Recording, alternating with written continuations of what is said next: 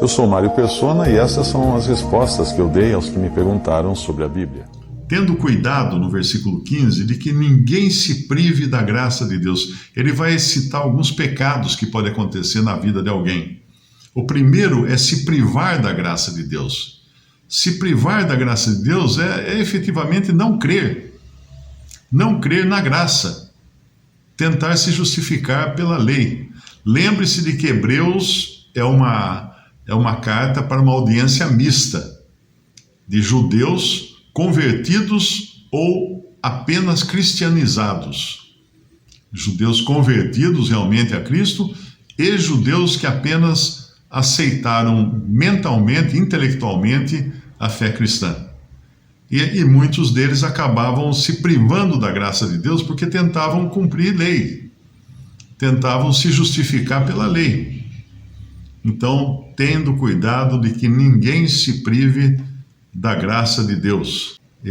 Na realidade, o que se priva da graça de Deus é o apóstata, né? Falando tecnicamente aqui, é uma pessoa que parece um cristão, fala como um cristão, professa ser cristão, mas nunca se converteu, nunca nasceu de novo, nunca creu em Cristo como seu Salvador. Ele apenas andou junto com os cristãos, como Simão, o mago, né, que aderiu ao cristianismo. Um irmão falou uma coisa que eu achei muito interessante, a maneira como ele se expressou. Ele falou que naquele dia em que Simão foi batizado, Simão, o mago, foi batizado, e logo em seguida ele demonstra que ele estava interessado só em dinheiro, em poder, né, do Espírito Santo, para poder vender as suas mágicas com a anuência dos apóstolos, né? Mas esse irmão comentou, no dia em que Simão foi batizado, a casa de Deus ficou maior que o corpo de Cristo. Porque o corpo de Cristo é o conjunto que só contém os salvos. Imagina aquela teoria dos conjuntos, você tem um conjunto com todos os salvos. Mas aí surgiu um outro conjunto, que é aquele dos professos, onde nem todos são salvos, mas são professantes do cristianismo. Então, naquele dia, a casa de Deus, que é o círculo ou a esfera da profissão cristã, ficou maior que a igreja, que é o corpo de Cristo, que é exclusivamente formada por salvos. A casa de Deus é formada por professos, sejam eles salvos ou não. Então aqui ninguém se prive da graça de Deus. Como se priva da graça de Deus? Tentando se justificar pela lei, que era o que muitos hebreus acabavam tentando fazer, e até influenciavam outros irmãos, como acontecia lá na Galácia, né? Depois ele fala que nenhuma raiz de amargura brotando vos perturbe, e por ela muitos se contaminem. Alguém me mandou esses dias um canal. A pessoa, Mário, o que você acha desse canal? Ele era crente, fez seminário para se formar pastor e não sei o quê. Aí um dia ele se desconverteu, que é a expressão que ele usa nos seus vídeos, né? Ele desconverteu porque ele entendeu o grego, o romano, o hebraico, a língua dos Clintons, lá de guerra da Star Wars, ou Jornada nas Estrelas. Ele não falou isso, né? Mas é aquele cara que de repente ele abre a mente, né? Ele abre a mente, o cérebro cai no chão. Mas ele abre a mente, daí ele acha que agora ele descobriu a verdade pelas suas elucubrações, pelos seus raciocínios e tal. E formou um canal. O canal basicamente é para desconverter pessoas convertidas. Esse é o objetivo do canal dele. Então tudo no canal dele é no sentido negativo. E é isso que está escrito aqui, ó. E de que nenhuma raiz de amargura brotando vos perturbe, e por ela muitos se contaminem, porque no fundo uma pessoa dessa tem uma raiz de amargura tremenda.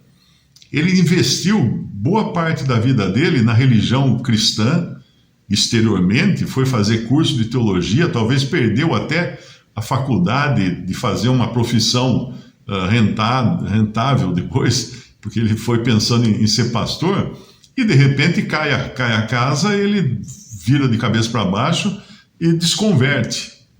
Na verdade, nunca foi convertido, coisa nenhuma. Ele foi a porca que foi lavada durante um tempo e voltou ao lamaçal. Ele foi o cão que voltou a lamber o seu próprio vômito. Só isso. Então o cara tem um canal agora com vídeos tentando provar para as pessoas que está tudo errado, que não tem Cristo, não tem salvação, não tem perdão de pecados, não tem nada. Esse é o apóstata. Que quando ele se torna apóstata, ele vira um inimigo de Deus, um inimigo de Cristo. E outras características depois, mais versículo 16: ninguém seja devasso. Devasso é porque o apóstata agora ele não tem mais rédeas. Então ele vai cair na devassidão. Ele não tem mais vergonha, vamos dizer assim, né, das coisas de pecado ou de praticar coisas que sejam desagradáveis a Deus. Ele vai se tornar um devasso. Ele vai se tornar tem até um nome, eu nunca lembro esse nome, a pessoa que vive pelos prazeres só para ter prazeres nessa vida, porque ele considera que a vida vai acabar, você tem que aproveitar ao máximo a vida e aí você fica um devasso. Então essa é mais uma característica do apóstata, ser devasso. Ser devasso. Tanto é que alguns dos grandes filósofos, né, foram criados no cristianismo e depois mergulharam na devassidão. Ficaram famosos, né? Agora não me vem à memória nomes deles aqui, mas ficaram famosos. Se você estudar a história dos grandes filósofos, que são muito aplaudidos até hoje, você vê que o cara começou, às vezes era filho de um pastor, ou começou na escola dominical, aprendeu a Bíblia, tá? E de repente o cara virou de cabeça para baixo e virou um devasso. Um devasso. Aí morre lá, esqueci o nome de um, agora eu vi outro dia, esse que ele morreu de tuberculose, né? Morreu de sífilis, aliás, de sífilis, porque dormia com tudo que era prostituta e acabou morrendo de sífilis. Então ninguém seja devasso ou profano. O que é o profano? O profano é aquele que recusa a graça de Deus e recusa aquilo que Deus oferece como possessão, como Esaú. O que Esaú fez? Vendeu, por uma refeição, vendeu o seu direito de primogenitura. O que quer dizer? Para ele ter a satisfação da carne, ele abandonou o que havia de mais precioso, que era ser o seu título, o seu direito de primogênito. Ele vendeu por um prato de lentilhas, porque estava com fome. Ele queria satisfazer o seu corpo. Então, o profano, o devasso, o apóstata, ele troca o privilégio de ser salvo, de ter a salvação, que ele nunca teve, na verdade, de ter a salvação garantida, de ter um lugar no céu, de ter uma nova vida, ele troca tudo isso por um prato de lentilhas, ele troca tudo isso por qualquer coisa que satisfaça a sua necessidade, o seu apetite carnal momentâneo, que vai acabar também, porque depois que você fica velho, você vai perdendo o apetite, você vai perdendo os desejos da carne, você vai fica velho, você fica velho. Então, então, essa é outra característica do apóstata. Ele abre mão de coisas que Deus oferece para a eternidade para poder satisfazer seus desejos momentâneos nesta vida. Aí no versículo 17 ele explica a respeito de Esaú, porque bem sabeis que querendo ele ainda depois herdar a bênção, foi rejeitado. Essa é uma outra característica do apóstata. Porque não achou lugar de arrependimento, ainda que com lágrimas o buscou. Ou seja, o apóstata, depois, se ele quiser voltar, fazer o caminho de volta, ele não pode. Não tem perdão para um apóstata. Não tem perdão. Ele até pode reconhecer a sua culpa, mas ele vai culpar Deus. Ele vai culpar Deus. Tem alguns versículos Em 2 Pedro, capítulo 2, algumas características aqui, versículo 10 fala desses apóstatas, desses que um dia conheceram a verdade só intelectualmente, rejeitaram, viraram inimigos de Deus. 2 Pedro, capítulo 2, versículo 10.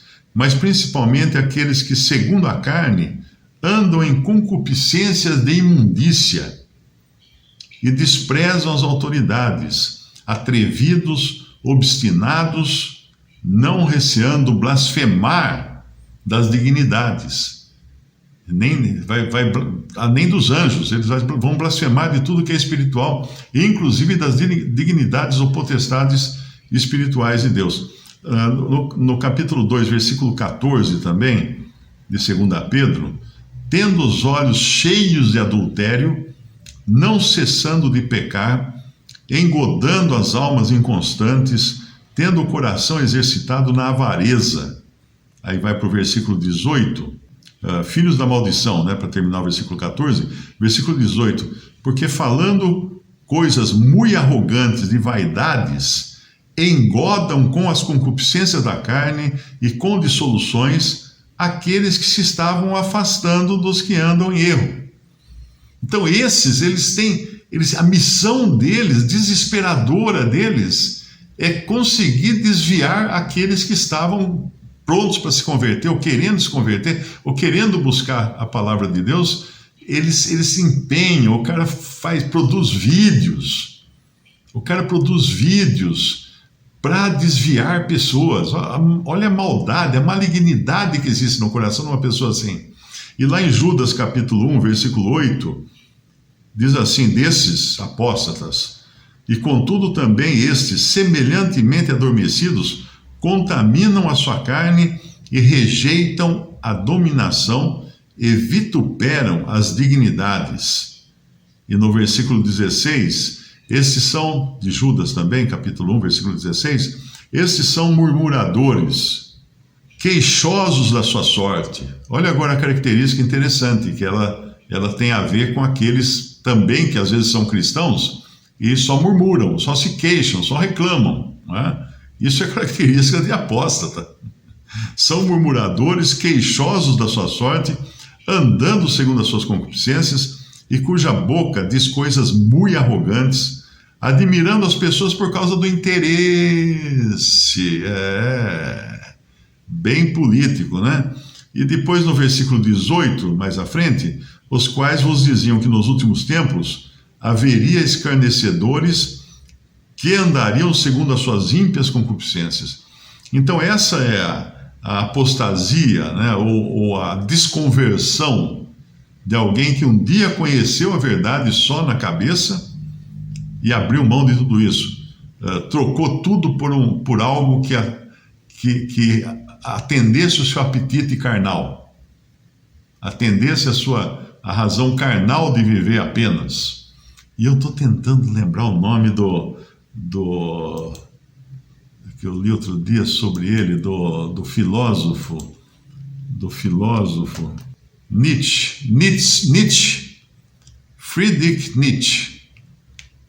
Não sei se esse é o jeito de falar, eu não sou alemão, mas Friedrich Nietzsche, hedonista. Alguém pôs aqui a palavra, justamente essa palavra também que eu queria lembrar, é hedonista, hedonismo, A pessoa que vive para o prazer. E até morreu com neurosífilis.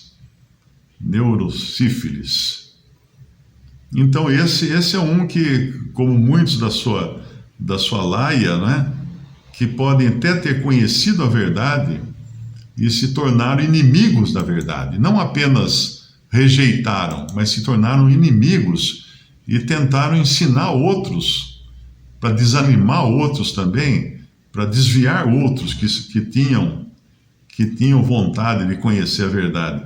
Então aqui, lembre-se de Esaú e de como ele quis se arrepender depois e não achou lugar de arrependimento, ainda que com lágrimas o buscou.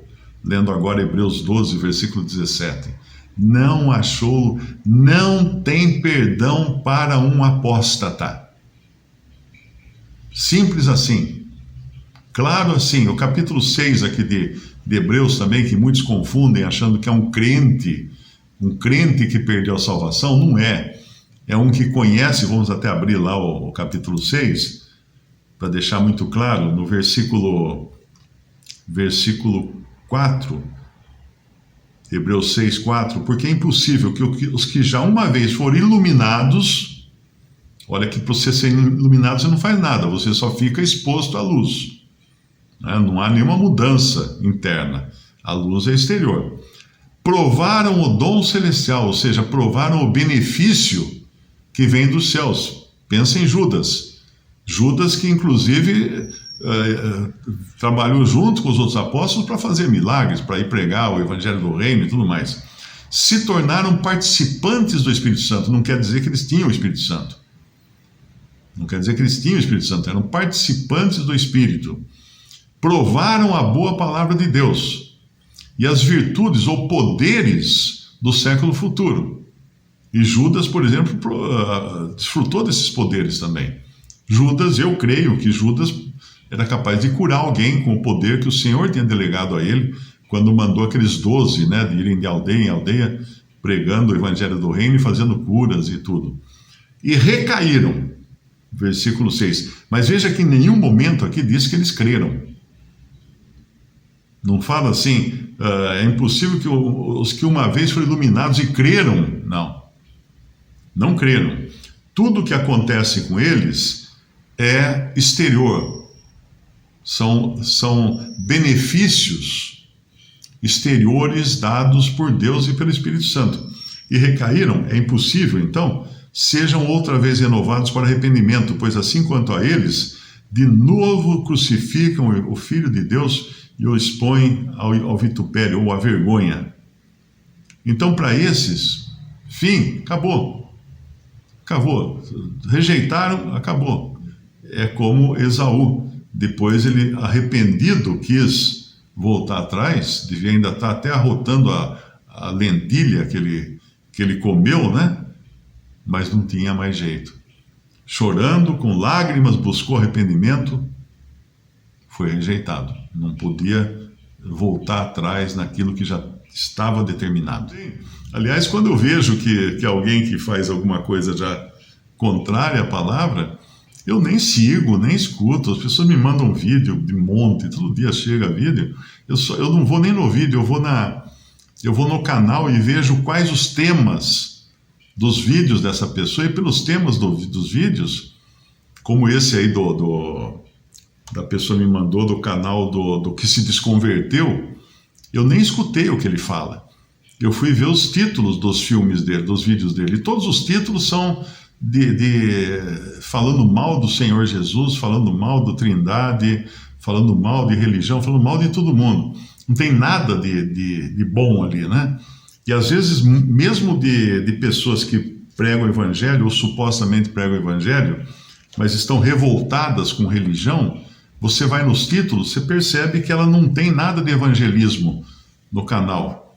Ela só fala mal de denominação, de religião, não sei o quê. E me fez lembrar até uma irmã, que quando antes ela começar a reunir, né, ela foi em algumas reuniões de um grupo de desigrejados, né, desses que chamam que não tem igreja, não tem não sei o quê, e ela contou que ficava decepcionada, porque lá ninguém falava de Cristo. As reuniões eram todas para falar mal de pastor. Falar mal de pastor, falar mal de denominação, falar mal disso, falar mal daquilo. Eu falei assim, realmente, então, porque você não tem o assunto para falar de Cristo, né, você vai ficar batendo nessa tecla.